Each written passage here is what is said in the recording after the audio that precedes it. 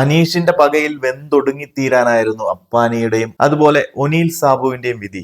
അതെ, big boss Malayalam season 7 തുടങ്ങിയപ്പോൾ ഒരു കോമണറായി ഈ ഒരു സീസണിലേക്ക് എത്തിയ ഒരു കണ്ടസ്റ്റന്റ് ആണ് അനീഷ്. തുടക്കം മുതൽ തന്റേതായ സ്പേസ് കണ്ടെത്തിയായിരുന്നു അനീഷിന്റെ മുന്നേറ്റം. അവിടെ ഉണ്ടായിരുന്ന കണ്ടസ്റ്റന്റ്സിനെ എല്ലാം എതിർത്ത് ഒരു ഒറ്റപ്പെടൽ സ്ട്രാറ്റജി വർക്കൗട്ട് ആക്കി. അല്ലെങ്കിൽ മുൻ സീസണുകളിൽ പലരും കളിച്ചു തെളിഞ്ഞ അല്ലെങ്കിൽ പലരും പയറ്റി തെളിഞ്ഞ സ്ട്രാറ്റജി തന്നെയായിരുന്നു. ചിലപ്പോൾ അത് ഫെയിൽഡ് ആകും, എന്നാൽ പോലും അങ്ങനെ ഒരു ഫെയിൽഡ് ആകാൻ നല്ല സാധ്യതയുള്ള ഒരു സ്ട്രാറ്റജി തന്നെ സ്വന്തമായി എടുത്തുകൊണ്ടുവന്ന് സീസൺ 7 അപ്ലൈ ചെയ്ത് അത് പ്രോപ്പറായി എക്സിക്യൂട്ട് ചെയ്ത് രണ്ടാം ആഴ്ചയും വളരെ മനോഹരമായി തന്നെയാണ് മുന്നോട്ട് നീങ്ങിക്കൊണ്ടിരിക്കുന്നത്. ആദ്യ ആഴ്ചയിൽ കുറച്ചൊക്കെ പ്രേക്ഷകരെയും അതുപോലെ തന്നെ നമ്മുടെ കണ്ടസ്റ്റൻസിനെ നല്ല രീതിയിൽ വെറുപ്പിക്കുന്നുണ്ടായിരുന്നു. കാരണം അവിടെ ഒരു ആർട്ടിസ്റ്റ് കാറ്റഗറിയിലുള്ളവരും ഇൻഫ്ലുവൻസർ കാറ്റഗറിയിലുള്ളവരും പ്രേക്ഷകർക്ക് അത്യാവശ്യം അറിയാവുന്ന ആൾക്കാരൊക്കെ ഉള്ളപ്പോൾ തൻ്റെതായിട്ടുള്ള ഒരു സ്പേസ് കണ്ടെത്താൻ വേണ്ടിയിട്ട് അനീഷ് എന്ന് പറയുന്ന ഒരു കോമണർ കുറച്ച് കഷ്ടപ്പെട്ടു. അപ്പോൾ കുറച്ച് വെറൈറ്റി ഒക്കെ പിടിച്ചു നോക്കണം, മറ്റുള്ള കണ്ടസ്റ്റൻസിൽ നിന്ന് കുറച്ച് മാറി നിൽക്കണം, അവരിൽ നിന്ന് ഹൈലൈറ്റ് ചെയ്ത് നിൽക്കണമെന്നുണ്ടെങ്കിൽ ഇതുപോലെയുള്ള അടവുകൾ പയറ്റിയേ പറ്റത്തുള്ളൂ. എന്താണെന്നുണ്ടെങ്കിലും കുറച്ച് പഠിച്ചു വന്ന അടവുകളെല്ലാം പ്രോപ്പറായി പയറ്റിക്കൊണ്ടിരിക്കുകയാണ് അനീഷ് ബിഗ് ബോസ് ഹൗസിനുള്ളിൽ. ആദ്യ ആഴ്ചയിൽ എല്ലാ കണ്ടസ്റ്റൻസും എതിർത്ത് നിന്നിട്ട് പോലും ഒരിടത്ത് പോലും വിട്ടുകൊടുക്കാതെ ശക്തമായി തന്നെ പോരാടിയാണ് അനീഷ് മുന്നേറി വന്നത്. ആദ്യമൊക്കെ പ്രേക്ഷകർക്കും കുറച്ച് വെറുപ്പൊക്കെ തോന്നിയെങ്കിലും പിന്നീട് പല കാര്യങ്ങളിലും അനീഷുമായിട്ട് യോജിക്കാൻ സാധിക്കത്തില്ല. ലോജിക്കില്ലാത്ത പല കാര്യങ്ങളും പറയുന്നുണ്ട്, റിപ്പീറ്റ് ആയിട്ട് പല കാര്യങ്ങളും പറഞ്ഞ് വെറുപ്പിക്കുന്നുണ്ട്. ബട്ട് സ്റ്റിൽ ഒരു എന്താ പറയുന്നത്, കുറെ ആൾക്കാരുടെ ഡൊമിനൻസിനെ തകർക്കാൻ അനീഷ് നടത്തുന്ന ആ ഒരു പോരാട്ടം അടിപൊളിയായിട്ട് തോന്നി. ഇപ്പോൾ കുറെയെങ്കിലും അനീഷ് പറയുന്ന കുറെ കാര്യങ്ങളിലോട് ന്യായമുണ്ട്. അനീഷിൻ്റെതായ സൈഡിൽ ചിന്തിച്ച് നോക്കിക്കഴിഞ്ഞു കഴിഞ്ഞാൽ അതിനൊക്കെ ഒരു എന്താ പറയുന്നത്, ഒരു സത്യസന്ധമായ കുറച്ച് കാര്യങ്ങളുണ്ടെന്ന് തോന്നിപ്പോകും. എനിവേസ്, അനീഷ് നല്ല ശക്തമായി തന്നെയാണ് ഇപ്പോഴും പോരാടിക്കൊണ്ടിരിക്കുന്നത്. ആദ്യ ആഴ്ചയിൽ പലരും അനീഷിനെ അടിച്ചമർത്താൻ ശ്രമിച്ചു, അനീഷിനെ പല രീതിയിൽ താഴ്ത്തിക്കെട്ടാൻ ശ്രമിച്ചു. ബട്ട് ബിഗ് ബോസിന്റെ സൈഡിൽ നിന്ന് ചെറിയ സഹായങ്ങൾ ഉള്ളത് കൊണ്ടും അല്ലെങ്കിൽ ബിഗ് ബോസ് ചെറുതായിട്ടൊരു ഫേവർ ചെയ്യുന്നുള്ളത് കൊണ്ടും അനീഷിന് വലിയ കുഴപ്പമില്ലാതെ മുന്നോട്ട് പോകുന്നുണ്ട്.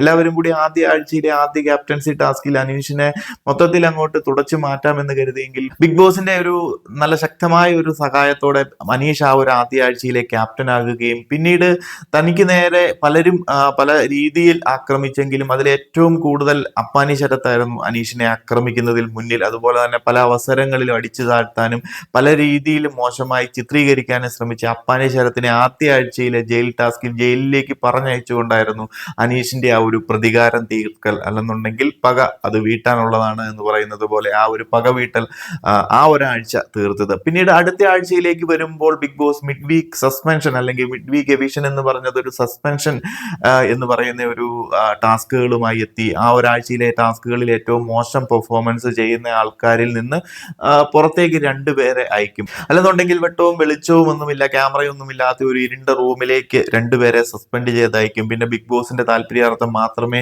അവരെ തിരിച്ചു വിളിക്കണമോ വേണ്ടയോ എന്നൊക്കെ ആലോചിക്കുക കൂടിയുള്ളൂ. അപ്പൊ ആ ഒരു ടാസ്കിലേക്ക് 6 കണ്ടസ്റ്റൻസിനെ എല്ലാവരും കൂടി തിരഞ്ഞെടുക്കണമായിരുന്നു. ആ 6 കണ്ടസ്റ്റൻസിലും അനീഷും ഉൾപ്പെട്ടിരുന്നു.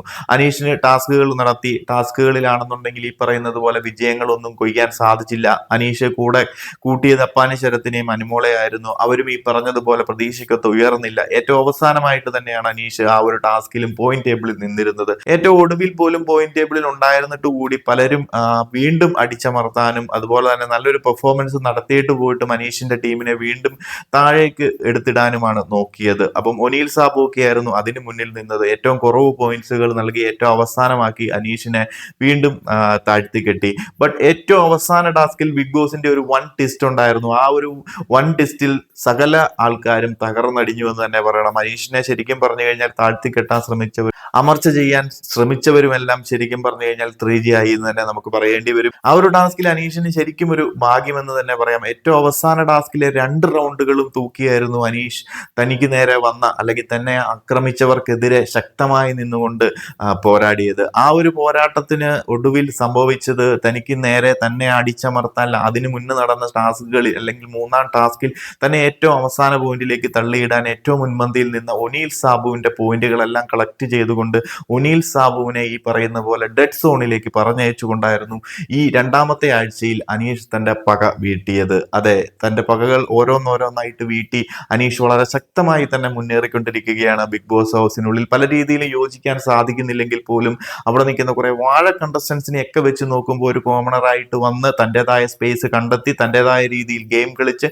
ഇത്രയും ദിവസം എന്തൊക്കെ പഠിച്ചു വന്നെങ്കിൽ പോലും വെറുപ്പിച്ചിട്ടാണെന്നുണ്ടെങ്കിൽ പോലും അത് പ്രോപ്പറായ രീതിയിൽ ഇംപ്ലിമെന്റ് ചെയ്ത് എന്ത് എവിടെ എങ്ങനെ പറഞ്ഞു കഴിഞ്ഞാൽ ക്യാമറ സ്പേസ് കിട്ടും, ശ്രദ്ധ നേടാൻ സാധിക്കുമെന്ന് വ്യക്തമായി അറിഞ്ഞു മുന്നേറുന്ന അനീഷ് എന്താണെന്നുണ്ടെങ്കിൽ മുന്നോട്ട് നല്ല രീതിയിൽ പോകട്ടെ. ആ ഒരു ഡെഡ് സോണിലേക്ക് പോകാൻ ഏറ്റവും കുറവ് പോയിന്റ് ഉള്ളപ്പോൾ അനീഷായിരുന്നു പോകേണ്ടിയിരുന്നത്. അപ്പോൾ പോലും നമ്മൾ ആരും തന്നെ ആഗ്രഹിച്ചില്ല അനീഷ ബിഗ് ബോസ് ഹൗസിനുള്ളിൽ വേണം, അനീഷ് ഇല്ലെങ്കിൽ എന്ത് content. So Aneesha dead zone എന്ന ടാസ്കും തരണം ചെയ്ത് രണ്ടാം ആഴ്ചയും വളരെ വിജയത്തോടു കൂടി തന്നെ നിൽക്കുകയാണ്. സോ നിങ്ങൾ പ്രേക്ഷകരുടെ അഭിപ്രായങ്ങളൊക്കെ പറയുക. രണ്ടാഴ്ച പിന്നിടുമ്പോൾ അനീഷ് എന്ന കോമണർ എങ്ങനെയുണ്ട്? നമ്മൾ വിചാരിച്ചതിനൊപ്പം ഉയരുന്നുണ്ടോ? നിങ്ങളിപ്പോൾ ആളെ ഇഷ്ടപ്പെട്ടു തുടങ്ങുന്നുണ്ടോ? ഈ സീസണിലേക്ക് ഒരു ഫിനാലയിലേക്ക് അല്ലെന്നുണ്ടെങ്കിൽ ഒരു വിന്നർ കാറ്റഗറിയിലേക്ക് അനീഷിനെ ഉൾപ്പെടുത്താൻ സാധിക്കുമെന്നൊക്കെ ഒന്ന് കമന്റ് ആയിട്ട് അറിയിക്കുക. എന്താണെന്നുണ്ടെങ്കിലും വളരെ ശക്തമായി തന്നെ മുന്നേറട്ടെ. അപ്പോൾ കൂടുതൽ ബിഗ് ബോസ് മലയാളം സീസൺ 7 അപ്ഡേറ്റുകളുമായി മറ്റൊരു വീഡിയോയിൽ കാണാം.